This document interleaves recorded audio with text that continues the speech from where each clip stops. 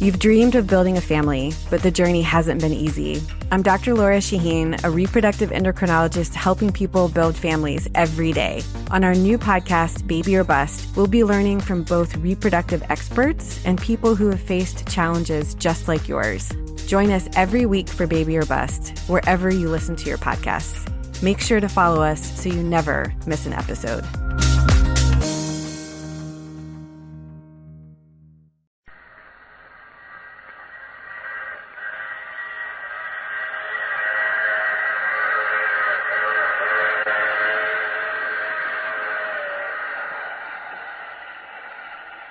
Broadcasting System presents The Mysterious Traveler, written, produced, and directed by Robert A. Arthur and David Kogan, and starring two of radio's foremost personalities, Bryna Raeburn and Lyle Sudrow, in Stranger in the House.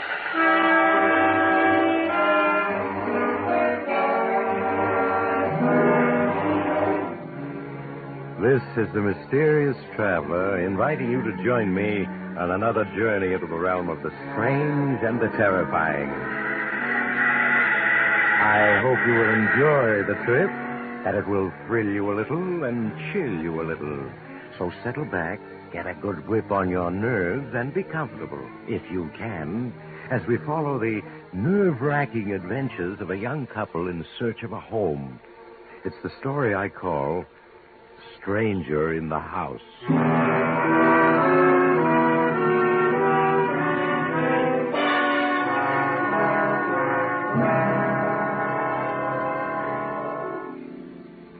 The scene, the small village of Woodford in Vermont. It's 9 o'clock in the evening, and the main street of the village is deserted. A car comes speeding through the village, and with a squeal of its brakes, comes to a stop before the home of Dr. Samuel Stewart. A young woman, obviously distraught, gets out from behind the wheel of the car and hurries up the walk to the doctor's home.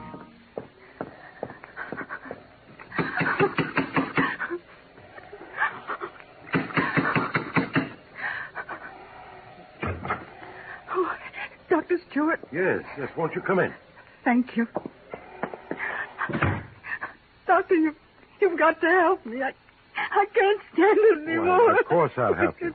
Here, let me have your coat. All right. Now, what appears to be wrong?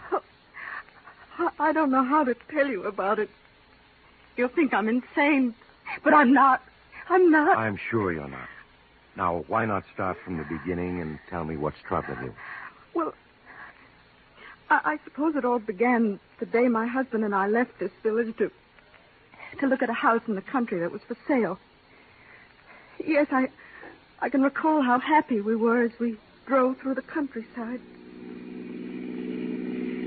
Oh, Roger. Darling, I do hope this will be the house we're searching for. Oh, look, we're coming to the old colonial graveyard the agent told us about. He said the house was a quarter of a mile beyond. Yeah, that's right. At the end of this curve, there should be a small bridge over stream. Small bridge over a stream? Mm-hmm. Look, there it is. Now, the house should be just a little beyond. Roger, I don't recall the agent having mentioned the bridge. Why, he must have, darling. How else would I have known it was there? Now, look, there's the house. Oh, Roger, isn't it beautiful? Uh-huh. Oh, and what a view it commands. All right, now, look, Jane, you mustn't get too excited about the place. It's probably all fallen to ruins inside. Oh, nonsense, darling. You can see it's one of those early colonial houses built to endure for centuries. Oh, it's just what we've been dreaming. Yes. This place certainly looks wild and desolate, doesn't it? Well, naturally. The agent said it's been empty for years. Come on. Uh-huh. I don't know what I do with that key now. Roger, look at this old engraved plate set in the wall. Hmm? I can barely make it out. Whitford Manor. Oh, that's a lovely name. Yeah, here we are. Here's the key. Whitford Manor. Oh, I know I'm going to love this place. There you are. After you, Mrs. Barton.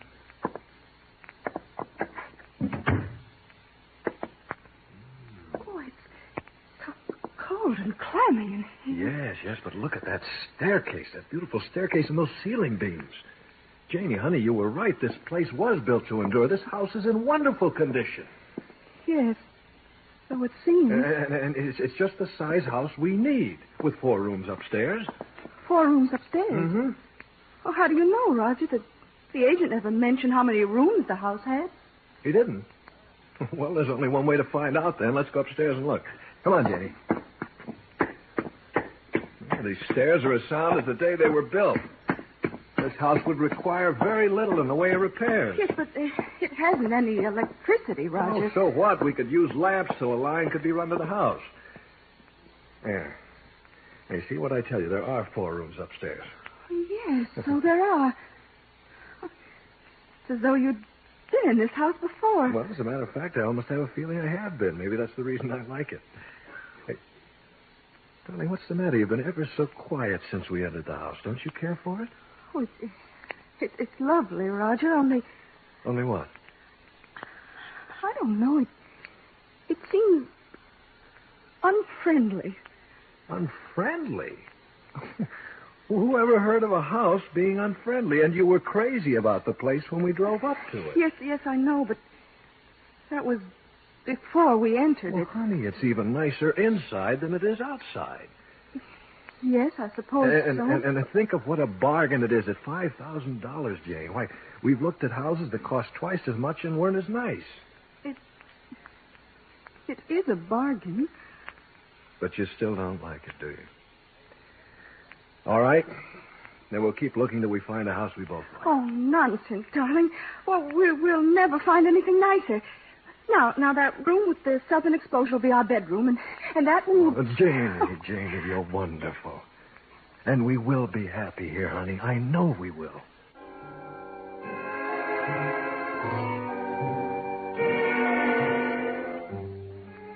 In the weeks that followed, I was too busy with the repairs and furnishings of the house to give any thought to my misgivings. But they all returned in overwhelming force that first evening in our new home. I left Roger sitting in the study and made my way up the dark, winding staircase to our bedroom. After tossing for what seemed hours, I fell into a fitful sleep.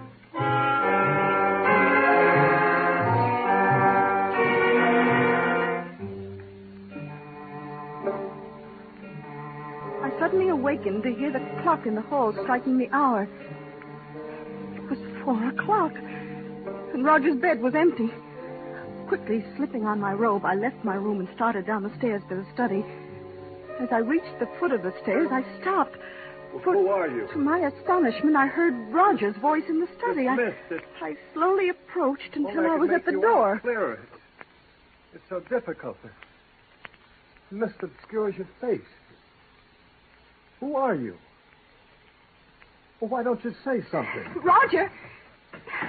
Roger, unlock this door. It's Jane. The mist that's coming between us. I can hardly see you.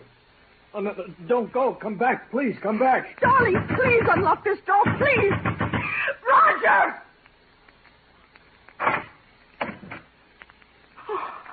Oh, Roger. What is it, Jane? I was so frightened. Who were you talking to? Talking to? Yes. Well, I don't know. I must have been dreaming. Yes, you must have been there. There isn't anyone... Roger, you smell perfume in here? Perfume? Well, yes.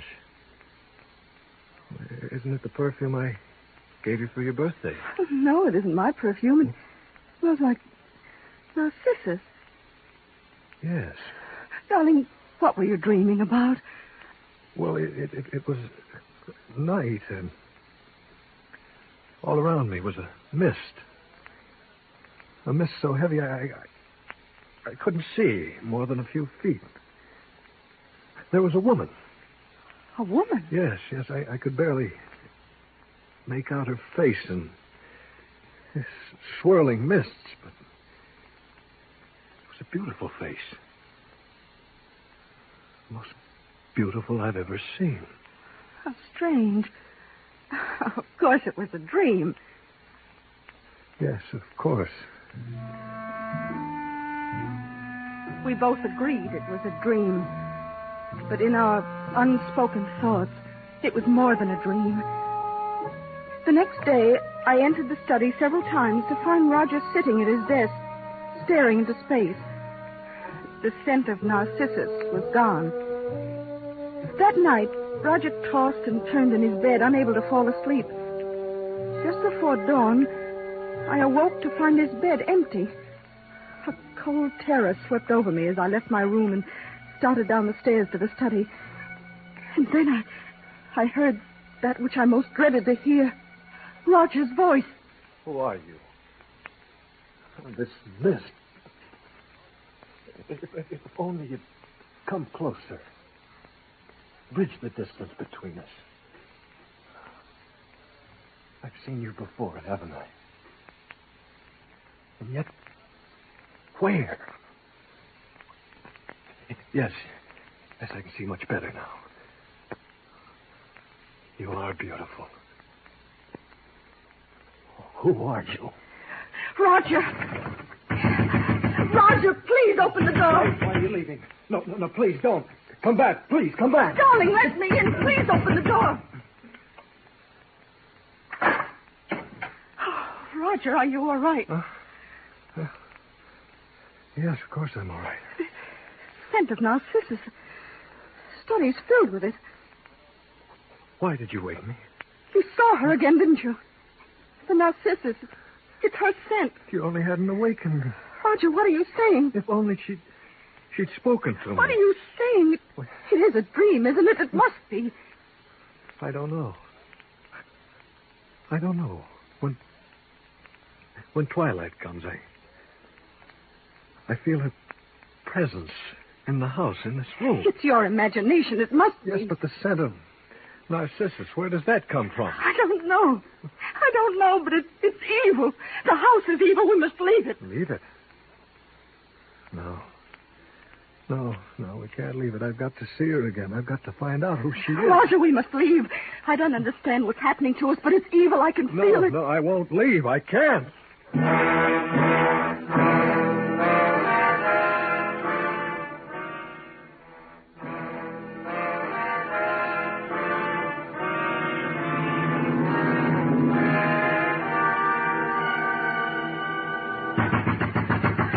Roger, unlock this door. I want to talk to you.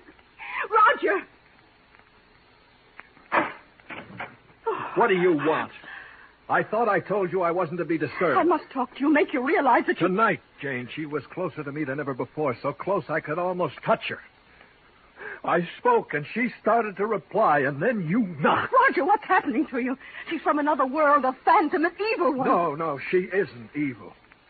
She couldn't be. She's too beautiful. Darling, look at me. You can't let her come between us. I'm your wife. I love you. I don't want your love. Roger, listen to me. You must come away from this house. We must leave at once. No. I insist. Will you get out of here? And don't come back. I'll never leave her.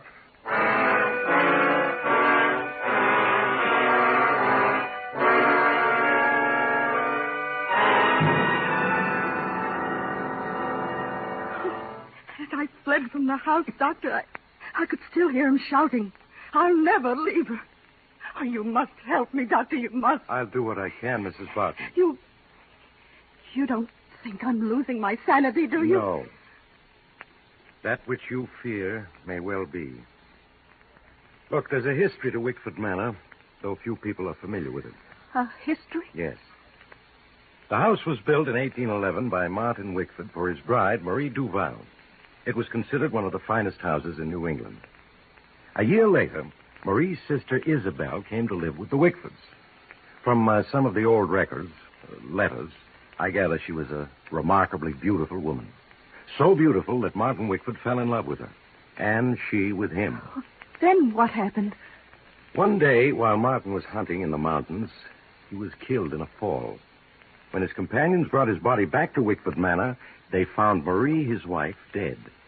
She'd been poisoned. Poison? Yes. At the sight of Martin's body, Isabel went to pieces and confessed to the poisoning of her sister. But before she could be arrested, she did away with herself. In the study. In the study? Yes. There's a quotation in the Bible to the effect that a murderer shall find no peace in the hereafter. Isabel Duval was a murderess. Then you do believe her spirit is in the house? In the years that followed the tragedy, Wickford Manor had a succession of tenants, all of whom left after a brief residence. You mean they saw her, too? Well, the tenants made no claims of seeing anyone, but their fear of an unknown element in the house led to their leaving. Yes, but if the other tenants never saw her, why should Roger see her? Mrs. Barton, have you ever visited some place for the first time, had the feeling you'd seen the place before? Oh, why, yes, but that was imagination. Can one be sure it is imagination? Perhaps you had seen that place in the long ago as another person. As another person? Yes.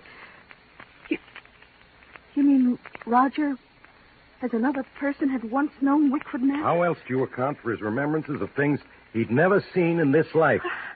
I don't know. Doctor, you're trying to tell me something. What is it? All I know is we must return to the manor at once.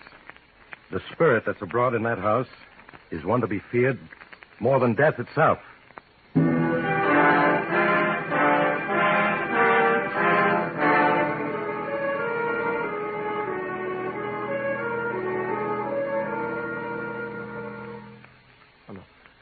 Please. Please, come closer. There's nothing to be afraid of. She's gone. Oh, please, there are only the two of us now. You're beautiful. You're so beautiful. We have met before, haven't we? Yes. We have met before. You spoke. I've waited so long for you, Martin. Why do you call me Martin? My name is Roger.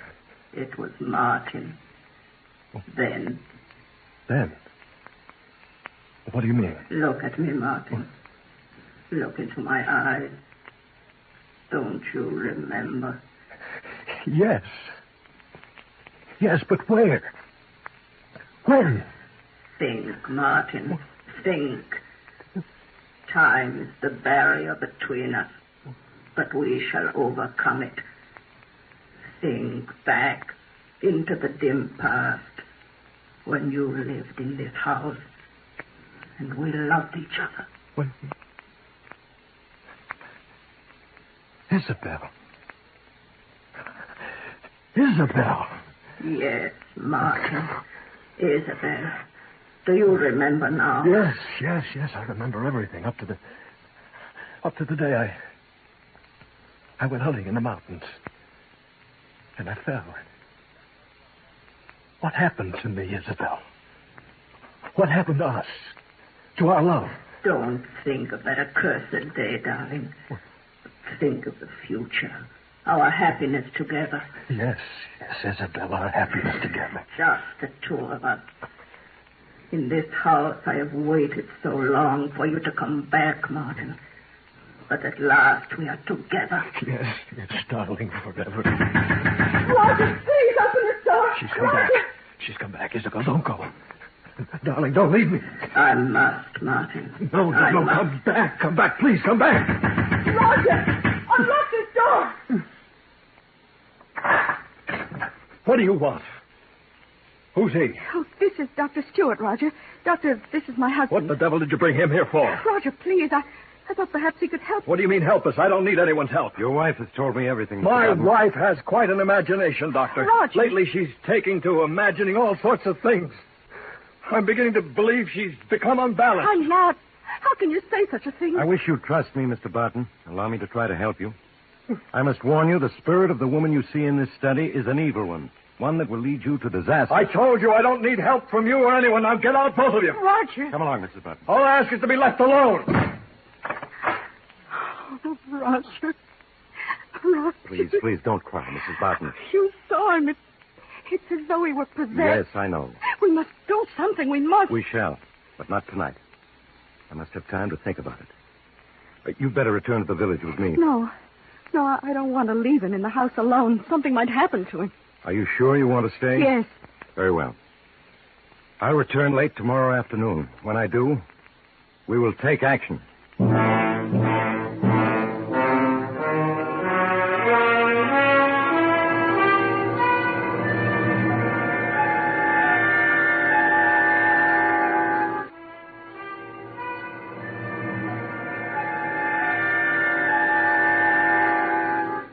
Look at her, Martin, lying there in her bed, asleep, so defenseless. If you want me, you must get rid of her. Hurry, Martin, it is almost dawn and I must leave. There's no time to waste. Yes, Isabel, yes. We can't let her come between us. I'll do as you say. Oh, who's there? Roger. Oh, for a moment I was frightened. What time is it? Well, it's just dawn. I have to do it, Jane. I have to. No, Roger, do not. I can't let you come between Isabel and myself. Not now. Not after we've found each other again. Tighter, Martin, tighter, until she stops struggling and is still forever. Isabel, don't leave me. Isabel, where are you? Isabel. Roger. Come back, Isabel. Come back. Roger, can't you see what she's doing to you? Tonight she'll be back again and she won't let you fail. Isabel, darling, don't leave me. Now, please, don't leave me, Isabel. Oh, Roger.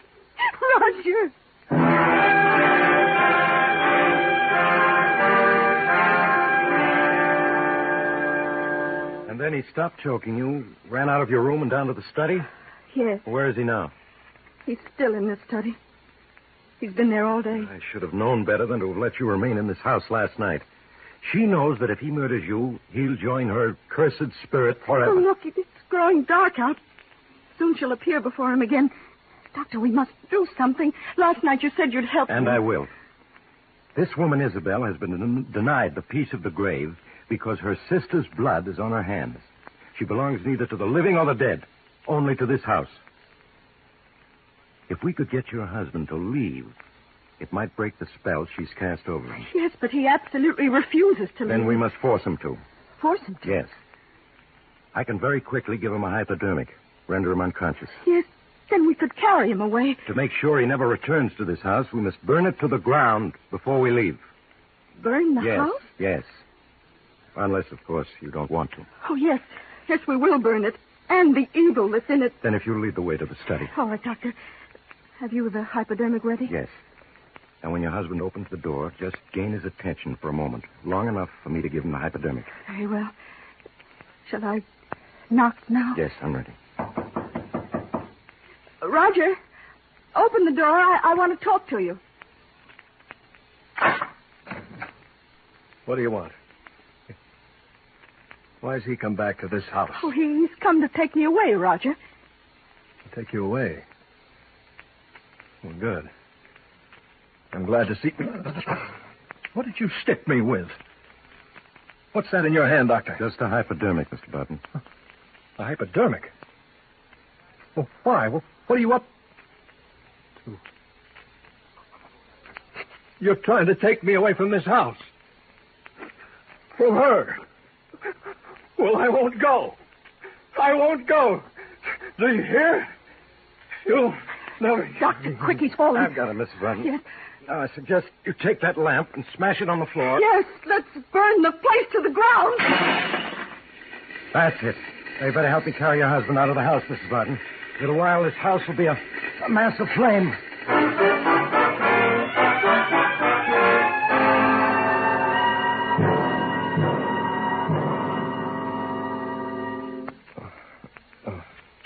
He's regaining consciousness now, Mrs. Barton. Will he remember what's happened? I don't know.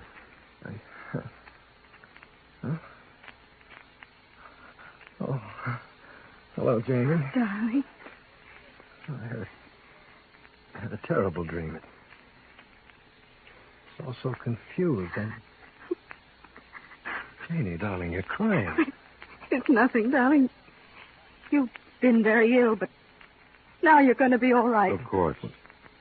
Well, who are you? He's Dr. Stewart, Roger. He's been looking after you during your illness. Oh. Where am I? You're in my home, Mr. Barton. Oh. Yes, darling. Our own house burned down last night. It burned down? Yes. Oh, that's too bad. Why, we only had one night in our new home. One night? Yeah. Oh, yes, of course, Roger. Well, Mrs. Barton, In spite of the loss of your home, I think you were very fortunate.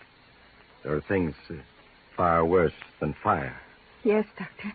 And I can never thank you enough for breaking the bridge between the past and the present. What are you two talking about? Oh, nothing, darling. Nothing at all.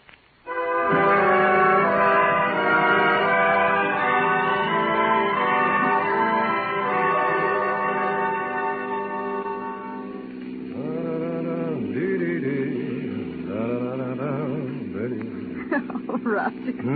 Oh, darling, you've been humming that all day. Well, I'm just glad to be out of a sick bed and on my way to California.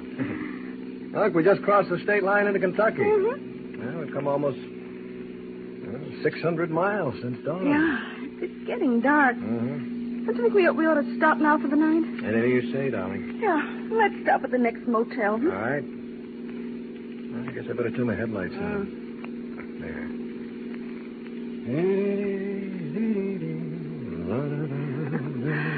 Oh, darling, I've never been so happy.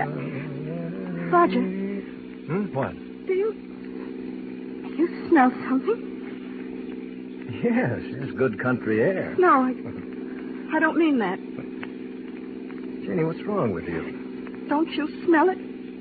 Smell what?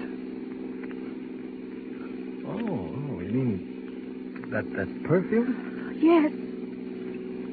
It seems familiar. Yes. What is it? Narcissus. Narcissus.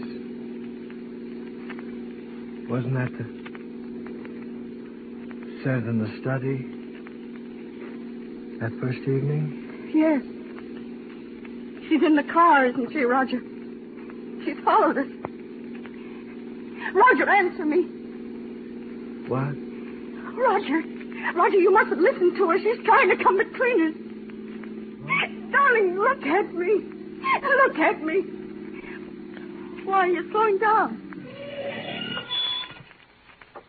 No. No.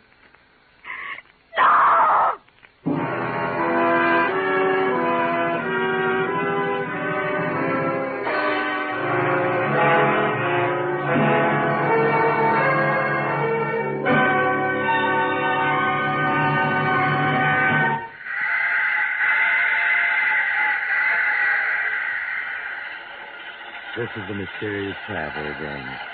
Did you enjoy our trip? Poor Janie. There are some ghosts you just can't escape from.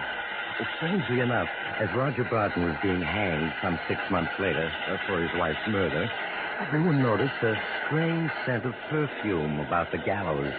Some people said afterward it was the scent of narcissus. I trust that if you ever see a house for the first time and it looks familiar, you'll have the good sense to turn and flee. Perhaps a ghost out of your past awaits in that house. A ghost that's been waiting for you a long time, and he's Oh, you have to get off here. I'm sorry. I'm sure we'll meet again. I take this same train every week at this same time.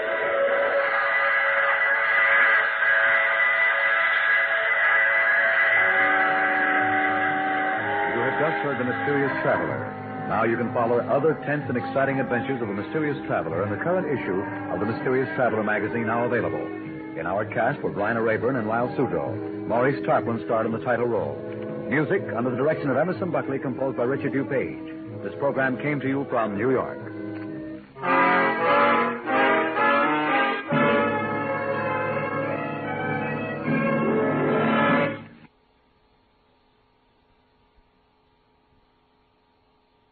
Can the Virginia Lottery have your number? In the lottery's new game, Cash Pop, you play one of 15 numbers. You can play up to 5 times a day. You can win up to $2,500. Cash Pop from the Virginia Lottery. Play the one that speaks to you. Drive to your closest retailer. For odds and more information, visit VALottery.com.